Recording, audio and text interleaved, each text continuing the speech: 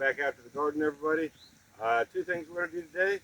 We're going to go ahead and get okra in the ground now that it is hot enough. Okra is a plant that loves heat. So we're going to go ahead and get that in the ground. And I'm also going to do a short snippet on supporting my tomato vines. So stick around and I will get everything set up and we'll get started. Well, let's start off a little bit about okra.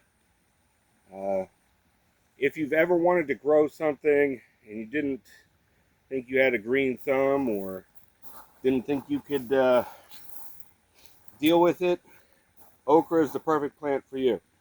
So okra grows like a weed. As long as the ground is warm enough, it doesn't require you to fertilize really. It doesn't really care about weeds. A little bit of fertilizer, a little bit of Epsom salt when you put the seeds in the ground, and okra is happy as can be. As long as you give it a little bit of water, okra will grow. So last year, my okra plants were almost trees. So this year, I saved my seeds from some of the pods, and I'm going to plant those. So I don't have to pull up anything. I don't have to really till this dirt very much. Not for okra. Like I said, okra is not very picky. So I'm just going to take a simple fork, and I'm going to go right where I'm planting, which is along my irrigation lines here. And I'm just going to kind of break the dirt up, kind of mix the old straw in. Not going to do a whole lot with it. I'm just going to soften the dirt up enough to where I can put the seeds in, and that's it. I'm just going to go along each one of these horizontals and just slightly break the dirt up. Don't do anything fancy with it.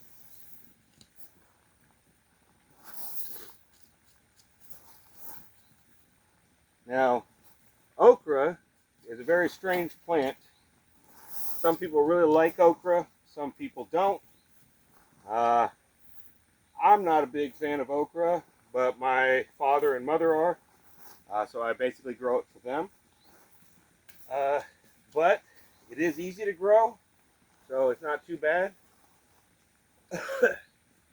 But if you want enough okra to do anything with, you do really have to plant quite a few.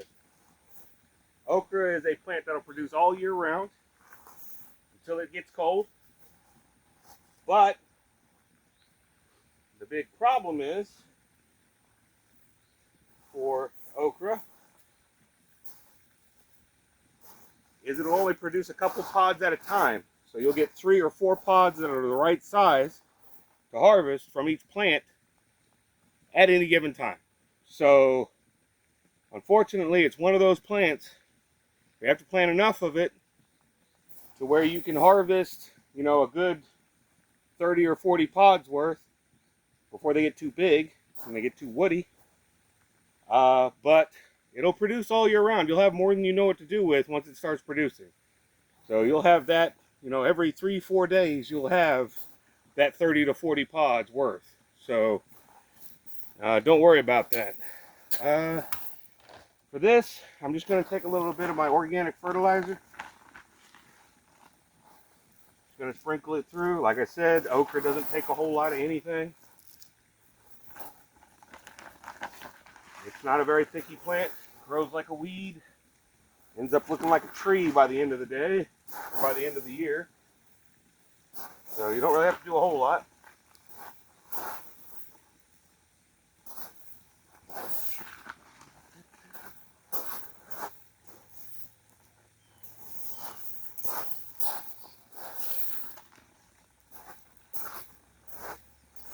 So I'm going to be planting 7 rows of 3. It gives me 21 plants total. That's it for that. Then we'll take some everyday Epsom salt. You don't want to use a ton of this. I'm just going to kind of sprinkle it. Just like that. This helps the root structure form. Helps the roots of your plant. Just magnesium and sulfur. basically. A little magnesium sulfate.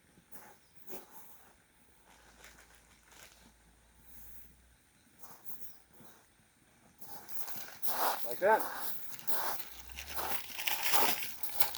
I'm just going to lightly work that into the dirt. I'm going to do a whole lot with it. Work it kind of into that slot I'm going to plant these in. Okra doesn't need a ton of space between plants, but you do want to keep enough where you can easily work between them. I mean, technically they'll grow like a forest if you let them. Last year I had rows of 5 and they did just fine. Just made it really hard to harvest and see everything. It ended up being a forest of okra, but didn't hurt them. Mainly for your ease of working with them than it is anything else. Like I said, okra is one of those things that I would recommend to somebody who just wants to grow something. It doesn't take a whole lot of work, or a lot of attention, just a little water.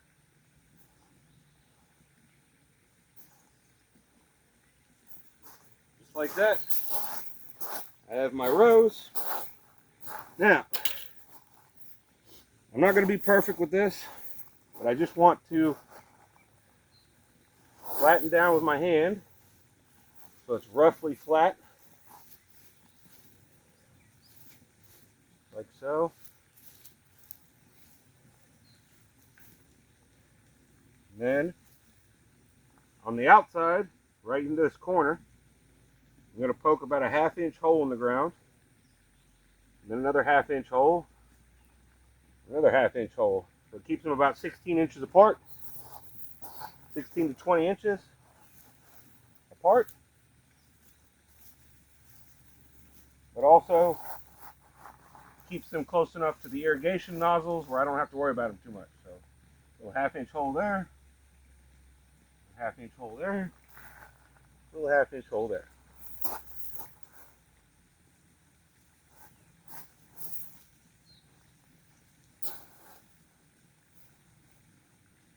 Half-inch hole, a 1/2 inch hole.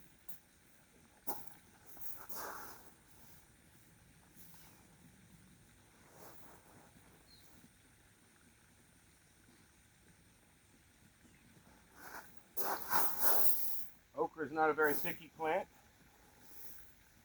so don't worry if you're not perfectly spaced out. It'll be just fine, I promise. You just want it spaced out enough where you can work through them without getting all scratched up, because they do get a little rough on the leaves.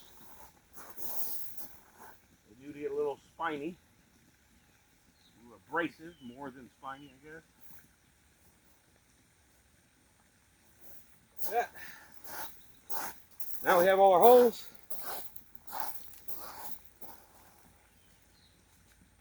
Now I'm going to take the seeds I harvested last year.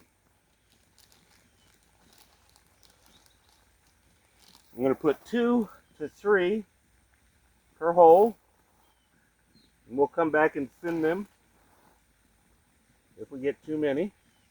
Don't worry about getting too many. You can thin them out.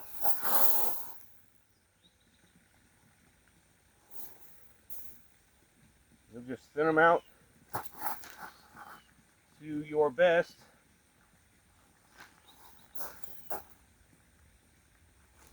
Plant per section.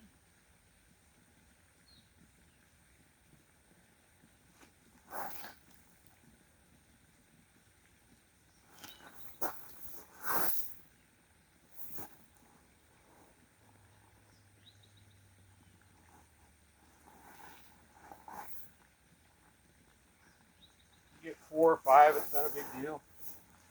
I have to pour them all out though.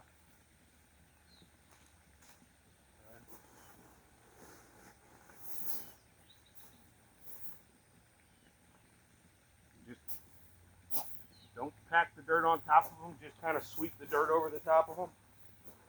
You want them about a 1/2 inch deep.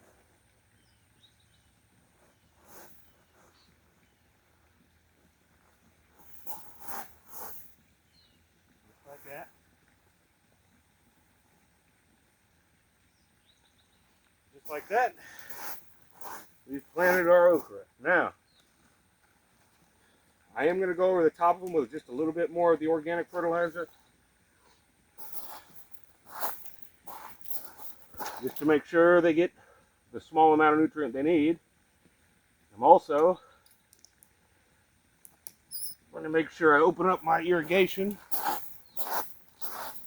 valve.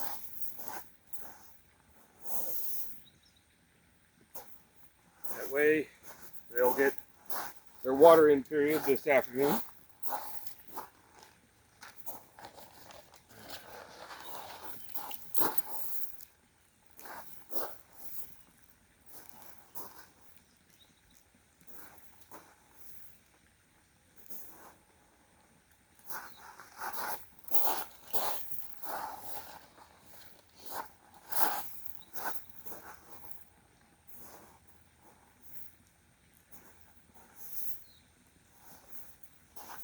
Like that.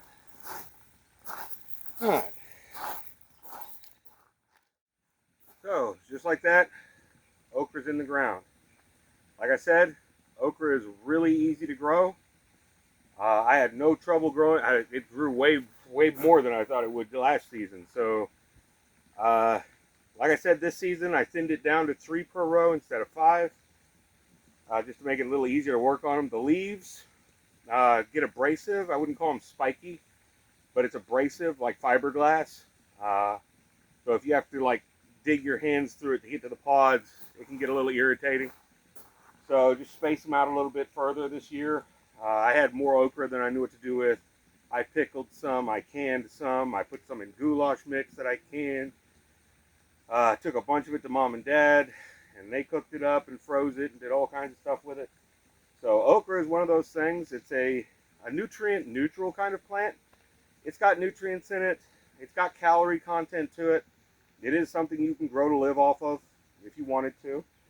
Not everybody likes it, however, so bear that in mind. It's a relatively healthy vegetable to eat, so it's not a big deal. But as they grow throughout the season, we'll come through and I'll show you how to thin them, how they grow, you don't really prune them or anything, you just let them grow. So there's not a whole lot of care. Like I said, you just give them a little water. You don't have to fertilize them through the year or anything like that. You just let them go. So throughout the year, and I'll show you how to harvest them, the best times to harvest them, and so on. This is a green spineless, so it's a little bit more tender. As long as you get them within 3 to 4 inches in length, they'll be good and tender for you to eat. A little bit more than that, you know, and they get woody. But end of the season, we'll also go into how to harvest the seeds from the pods. You let them grow out, let them get as big as they're going to get, let them dry right there on the plant until they sound like a rattle. They'll shake and they'll sound like a rattle. Then you cut them off and you harvest the seeds, and I'll show you how to do that too at the end of this season. But other than that, we're going to stop this video, and I'm going to start my next video.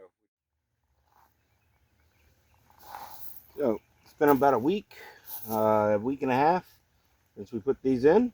As we can see, we got these nice little sprouts right here.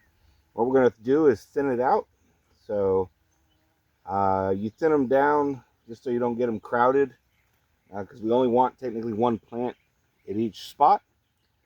We don't want a whole bunch. They'll just choke each other out. So what I'm going to do is I'm just going to gently pull 2 of the 3 that are right here, just like that. I'm going to make sure that the one that's remaining is tucked in really well. And the little sprouts I'm just going to leave here. They'll degrade, go back into the soil. You know, there's no reason for me to take them out of here, really, once they're pulled up. So I'm just going to go through the bed and going to thin everything out. And then that'll probably be the end of this overall video until the plants get a little bit bigger. And then I will do a part 2. Once they're about a foot or so high, going all the way into the harvest time. So thank you for watching this video, And I will see you in the next one.